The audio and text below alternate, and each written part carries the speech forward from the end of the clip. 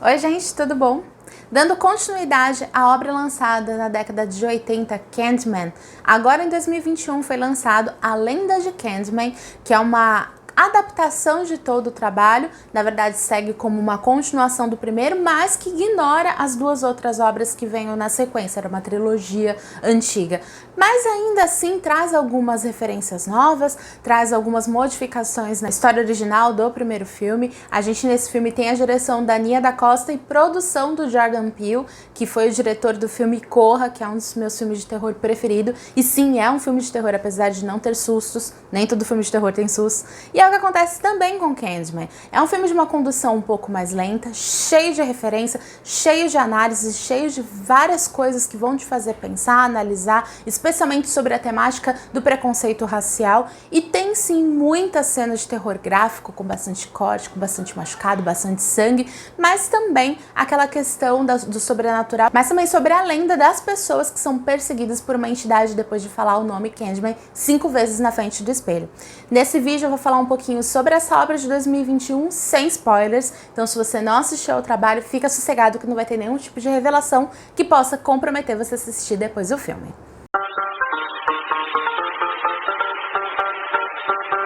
Mas antes da gente conversar um pouquinho sobre A Lenda de Candyman de 2021, eu vou pedir pra você dar uma conferidinha se você já tá inscrito aqui no canal. Senão eu vou te convidar a clicar nesse botãozinho inscrever-se. Aqui eu trago bastante vídeos sobre literatura, seriados, cinema, cultura pop em geral, faço vlogs. Então se você gosta desses temas, esse canal é pra você. Aqui embaixo também tá marcadinho todas as minhas redes sociais, me segue por lá. Na caixinha de comentários também interaja comigo, me diga o que você achou do vídeo, do filme, vamos trocando essa figurinha.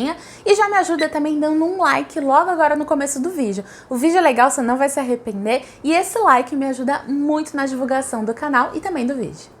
Em A Lenda de Candyman, a gente acompanha a história do Anthony, que é um artista plástico, e da Brianna, que é a esposa dele, que também trabalha com arte, ela é curadora ali de arte, e os dois acabaram de se mudar para a área revitalizada de Cabrini Green. Cabrini Green é uma área periférica ali da cidade de Chicago, que durante muitos anos passou por uma revitalização, inclusive está atraindo outros tipos de moradores. Uma outra pegada muito mais elitizada ali naquela região é inclusive o cenário do primeiro filme, então a gente acompanhou ali aquela história daquele local mais de periferia, que tem essencialmente moradores negros, então passa também por dificuldade de preconceito racial, com dificuldades com policiais, também é um tema super abordado no filme, e eles estão morando naquela área um pouco mais revitalizada, e eles são apresentados à Lenda de Candyman com a visita do irmão da Brianna, que inclusive está indo jantar para apresentar o novo namorado dele, que é branco. Até rola um comentário sobre isso, sobre ser o primeiro namorado branco que ele leva para conhecer. Então o assunto da questão da injúria racial está sempre muito presente no filme. A gente sabe que é um assunto que vai ser sempre muito pontuado, sempre muito trabalhado ali na obra. E ali ele acaba contando para o casal a história dessa entidade que é sempre trazida à tona depois que você fala 5 vezes o nome dele voltado para o espelho.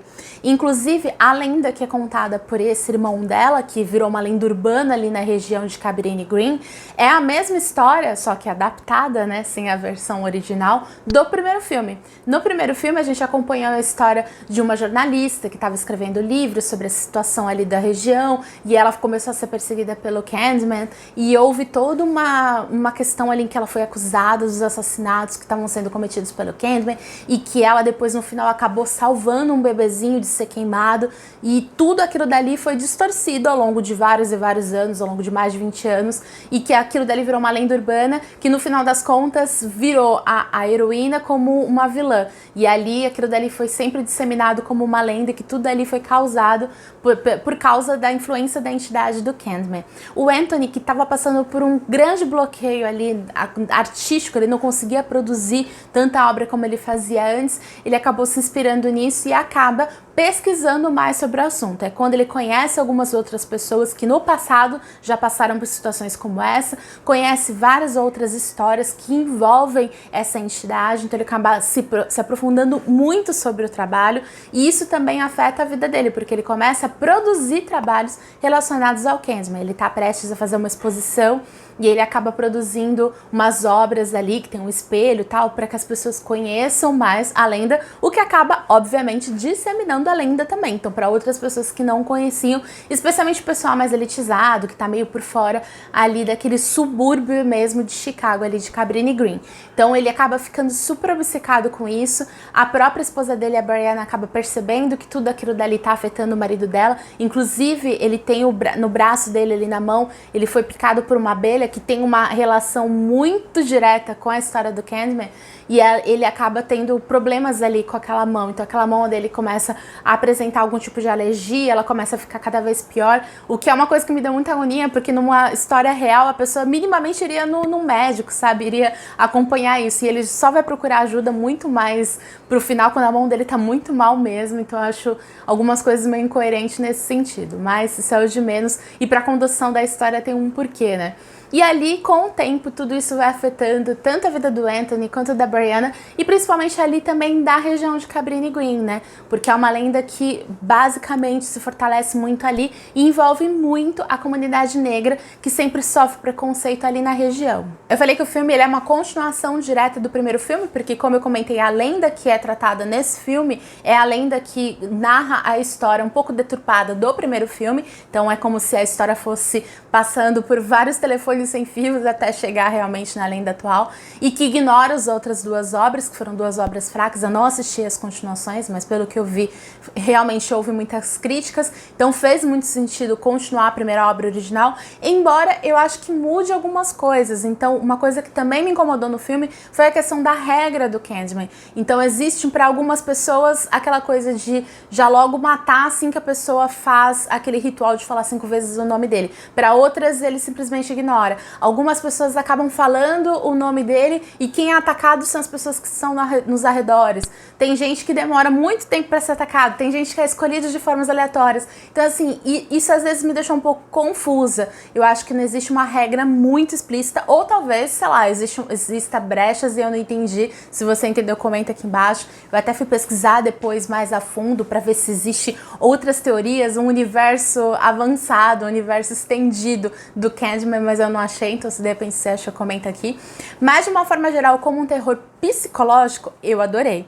Eu acho que é um filme com uma condução lenta, é um filme que talvez não vai agradar pessoas que querem aquele terror sempre com intensidade. Ele tem um final muito interessante, muito ágil, mas até chegar nesse final, até chegar em algumas cenas muito mais gráficas, algumas cenas muito mais realmente gore, demora um pouco. Então tem que ter um pouco de paciência e tem que saber apreciar toda a condução, que tem essa condução muito mais psicológica, muito mais de te causar aquela pulguinha atrás da orelha, e muito mais que isso, entender as referências de todas as questões que a Nia Da Costa, que é a diretora do filme, quer tratar. Então muita coisa realmente dessa questão de injúria racial, de preconceito racial, tá lá explícita, mas muitas não estão. Então tem muita coisa ali que só tá sendo referenciada, tem alguma pitadinha ali de, às vezes, um pouco de sarcasmo, umas coisas ali no meio que você vai entendendo bem sutilmente. E eu acredito, até porque não é meu local de fala, que pessoas negras talvez identifiquem muito mais coisas do dia a dia delas retratadas ali no filme, que são coisas realmente que são praticamente um filme de terror por si só, né? Porque esse tipo de preconceito, de racismo, causa muito mais terror, muito mais abalo do que realmente um filme de terror sobrenatural por si só. A própria figura do Candyman tá muito ligada a isso. No primeiro filme a gente tem a explicação de como ele foi desenvolvido, né? Uma entidade que passou por um grande preconceito, ele acabou se apaixonando por uma branca e acabou engravidando ela, e as pessoas o mataram, mas antes disso cortaram o braço dele, colocaram abelhas. Então é uma coisa bem terrível. E nesse filme a gente entende que na verdade existem outras questões do Candyman, não é? Que aquele Candyman era o único Candyman, sabe? Existe, a lenda ela vai se perpetuando, mas sempre com essa questão mesmo do preconceito racial, dos preconceitos com as pessoas pobres, especialmente pobre e negra. Então é bem legal essa questão da discussão realmente racial, acho muito legal. Se você já assistiu Candyman, comenta aqui pra mim o que você achou, se você já assistiu a trilogia original, se você assistiu só esse filme, vamos trocando essa figurinha. Comenta pra mim se você teve outra análise diferente da minha. Eu sei que tem bastante gente que não gostou da obra, teve gente que amou, ou teve gente que, assim como eu, vê pontos positivos e pontos negativos no trabalho, mas de uma forma geral, acho que o saldo é positivo sim, vale a pena assistir, vale a pena dar essa chance. Esse filme realmente ele vai muito mais além do que ser um filme de terror. Ele é um filme de terror, mas é um terror muito mais social, um terror muito mais que vai render conversas depois que você assistir ao filme, com toda certeza. Um grande beijo e até o próximo!